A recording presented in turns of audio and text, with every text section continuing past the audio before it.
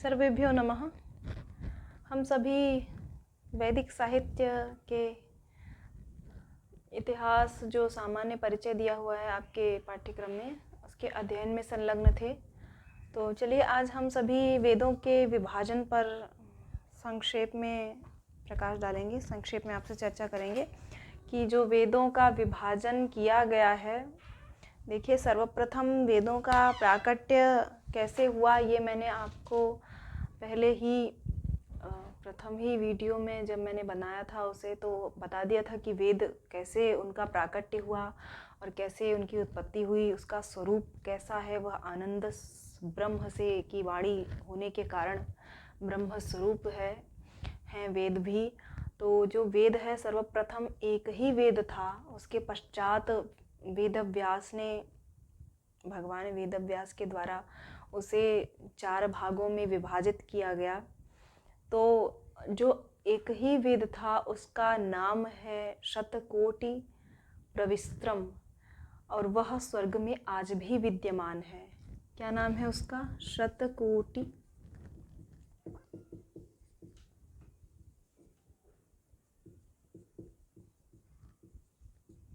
शतकोटि प्रविस्त्रम नाम का वेद आज भी स्वर्ग में विद्यमान है। और यह एक ही वेद था और इस एक वेद से 4 भाग विभाजित हुए वेदों के, ऋक्, साम, यजुष और अथर्व, 4 भागों में विभाजित किया गया। तो चलिए आपकी परीक्षा में जो सवाल आता है किस प्रकार से बनता है यह हम सभी देखेंगे। मेन बिंदु आप सभी से नोट करते जाइए कि वेद का चतुर्धा विभाजन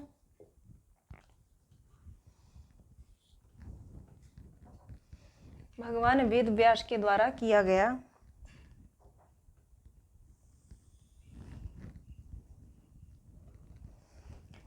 ऋग्वेद, यजुर्वेद, सामवेद, अथर्ववेद। ठीक है, यह 4 प्रकार से विभाजन जो है वेदों का किया गया है। और इन 4 प्रकार के विभाजन में भी जो है सभी को 4 भागों में विभाजित किया गया। इन सभी को 4 भागों में संहिता,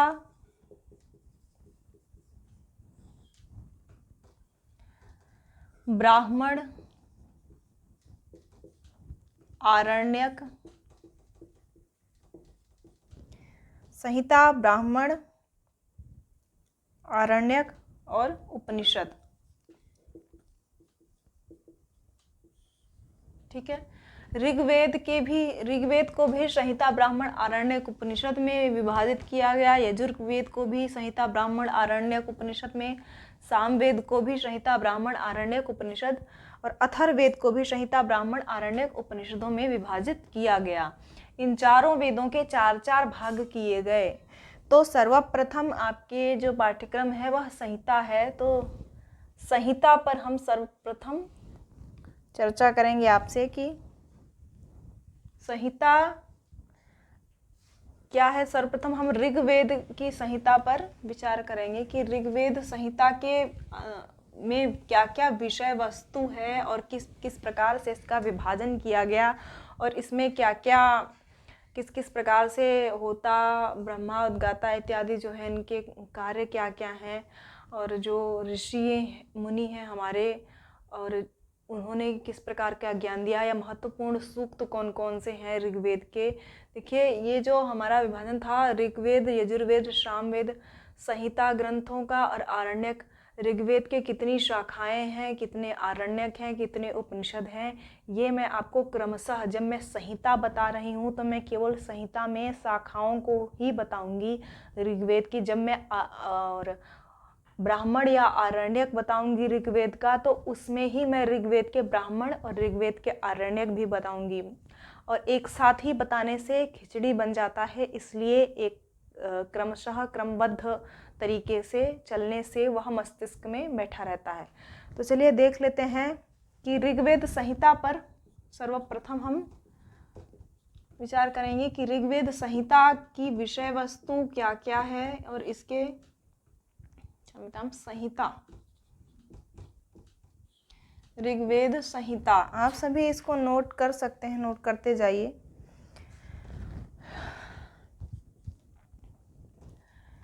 बिंदु वाइज कि ऋक शब्द का क्या अर्थ है, सर्वप्रथम यह जानेंगे हम। ऋक शब्द का क्या अर्थ दिया गया है ऋग्वेद में? स्तुति परक मंत्र, स्तुति परक मंत्र। स्तुति परक मंत्रों को ऋक कहा जाता है। क्या है? ऋच्यते स्तूयते, ऋच्यते स्तूयते, ऋच्यते स्तूयते अनया इति ऋक्। ठीक है, ऋक् शब्द का क्या अर्थ हो जाएगा आपका? स्तुति परक मंत्रों को ऋक् कहा जाता है। ऋच्यते स्तूयते अनया इति ऋक्, यह इसका व्युत्पत्ति लभ्य अर्थ है। जिन मंत्रों के द्वारा देवों की स्तुति की जाती है उन्हें ऋक् कहा जाता है। जिन मंत्रों के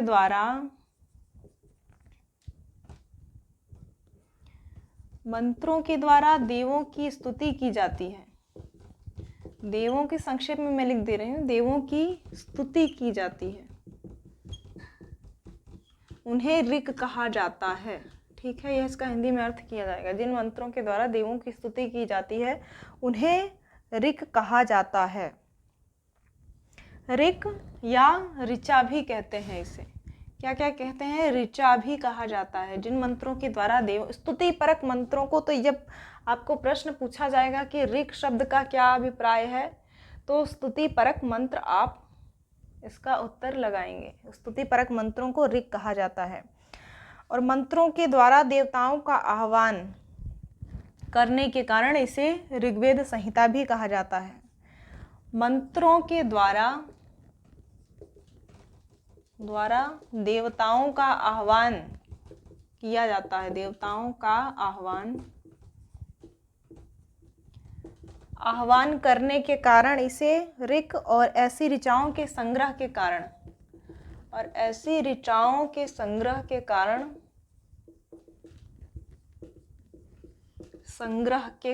इसे ऋग्वेद संहिता भी कहा जाता है।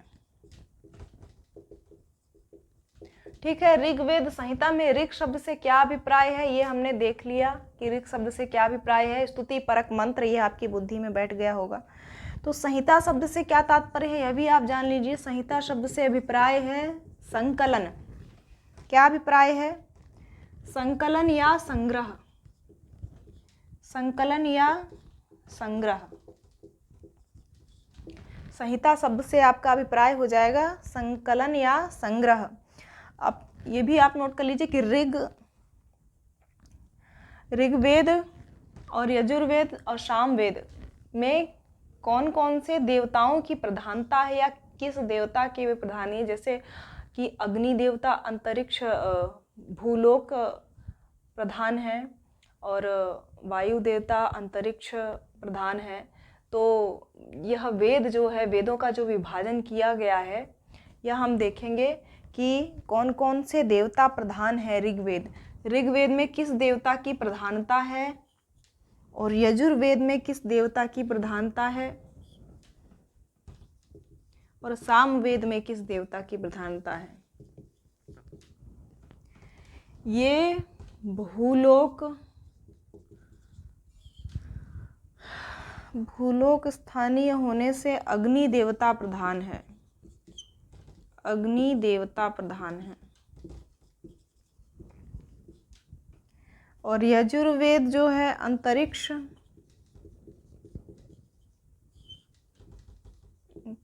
लोक होने के कारण वायु देवता की प्रधानता है इसमें।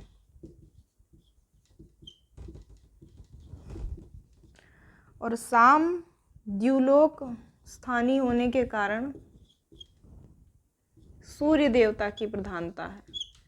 ठीक है, ऋग्वेद भूलोक स्थानीय, अग्नि देवता प्रधान, यजुर्वेद अंतरिक्ष लोक स्थानीय, वायु देवता की प्रधानता, सामवेद में द्युलोक स्थानीय, सूर्य देवता की प्रधानता दी गई है।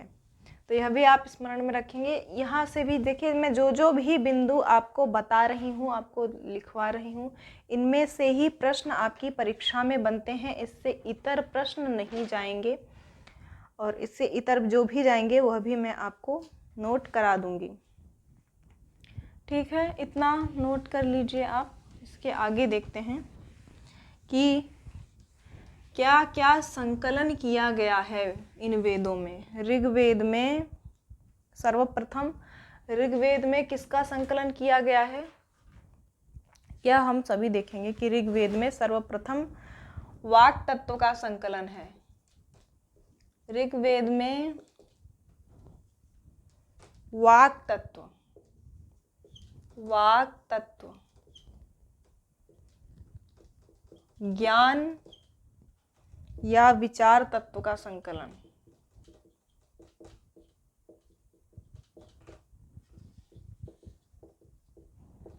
ज्ञान या विचार। यजुर्वेद में मनस तत्व, चिंतन पक्ष, कर्म पक्ष, कर्मकांड का संकलन किया गया है इसमें। कर्म पक्ष, कर्मकांड का संग्रह। सामवेद जो है प्राण वेद के नाम से भी जाना जाता है। सामवेद को प्राण तत्व या आंतरिक ऊर्जा, आंतरिक ऊर्जा का संग्रह इसमें मिलता है। आंतरिक ऊर्जा, ठीक है। ऋग्वेद में वाक तत्व, ज्ञान या विचार तत्व का संकलन किया गया है। यजुर्वेद में मनस तत्व, कर्म पक्ष, कर्मकांड का संकलन किया गया है। और सामवेद में आपका प्राण तत्व, आंतरिक ऊर्जा का संग्रह किया गया है। इसके अलावा एक मंत्र मिलता है कि ऋचम वाचम, ऋचम वाचम मनोयजुः, मनोयजुः शाम प्राण, साम प्राण, यह श्लोक मिलता है। और इससे यह निर्धारित होता है कि ऋग्वेद में वाक तत्व का संकलन है, और यजुर्वेद में मनस तत्व का, और सामवेद में प्राण तत्व का संकलन किया गया है। ठीक है। और इसके अलावा जो है आपके यज्ञ में 4 ऋत्विक होते हैं, इसको आप नोट कर लीजिएगा। 4 ऋत्विक बताए गए हैं आपके ऋग्वेद में। वे ऋत्विक कौन कौन से हैं यह देख लेंगे हम। यज्ञ में 4 ऋत्विक होते हैं। कौन कौन से हैं वे ऋत्विक?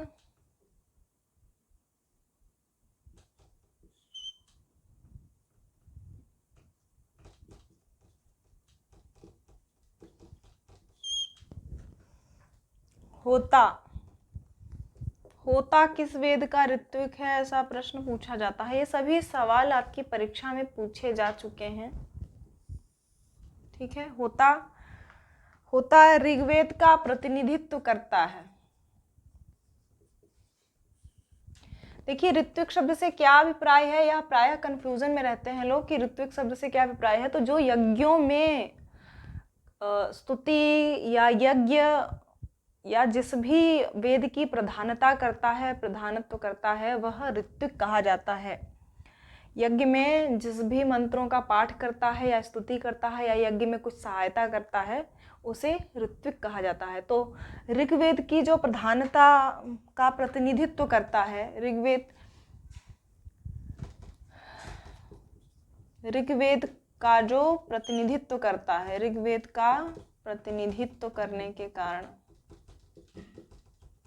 इसे होता कहा जाता है। यज्ञ में ऋग्वेद के मंत्रों का पाठ करता है। यज्ञ में ऋग्वेद के मंत्रों का पाठ करता है। ठीक है, होता। और यजुर्वेद का अध्वर्यु, अध्वर्यु यजुर्वेद का प्रतिनिधि है। ये यजुर्वेद का प्रतिनिधि यज्ञ के विविध कर्मों का निष्पादन करता है। यज्ञ के विविध कर्मों का निष्पादन।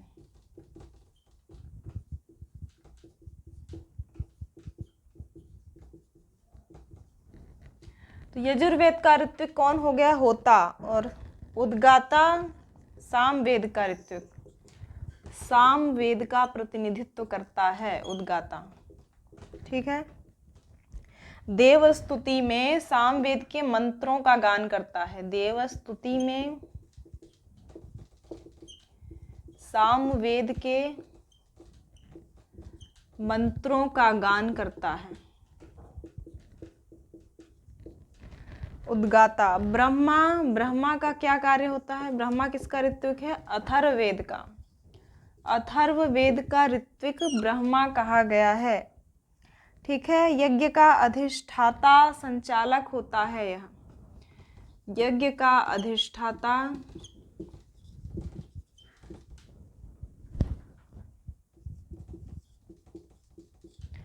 संचालक होने के कारण यह ब्रह्मा कहा जाता है। इसके निर्देश पर ही यह प्रायः सभी जो है ऋत्विक होते हैं उन सभी की प्रधानता करता है। तो इसे सभी ऋत्विकों की प्रधानता करने के कारण चतुर्वेदविद भी कहा जाता है। तो आपसे प्रश्न पूछा जाएगा कि चतुर्वेदविद किसे कहा जाता है? तो ब्रह्मा को चतुर्वेदविद कहते हैं। इसके निर्देशन पर ही, ब्रह्मा के निर्देशन पर ही अन्य चारों ऋत्विज कार्य करते हैं। अन्य चार ऋत्विज कार्य करते हैं।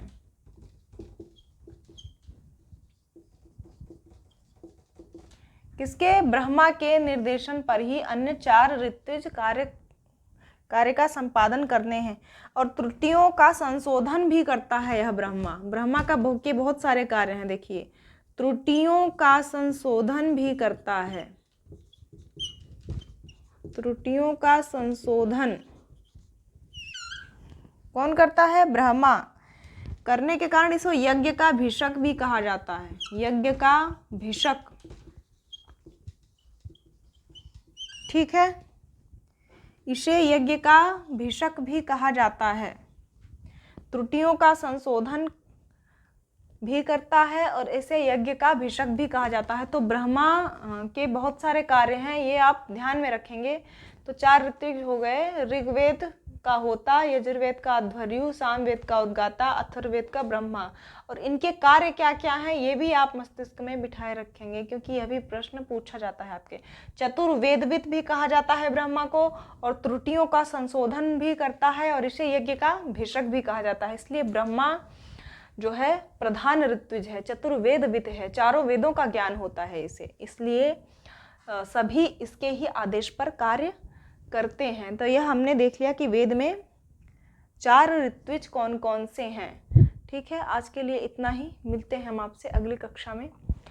वेद की शाखाएं कौन कौन सी हैं और इसके अलावा इन शाखाओं का विभाजन, कौन कौन सी शाखाएं उपलब्ध हैं, और हमारे जो है इसमें किन सूक्तों की प्रधानता है वो हम देखेंगे अगली कक्षा में। आज के लिए इतना ही। बने रहिए, आप अध्ययन करते रहिए, स्मरण करते रहिए। जो भी पढ़ाया जाता है आप उसे तत्क्षण याद करते चलिए, तभी आपको लाभ होगा। ठीक है, नमस्कार।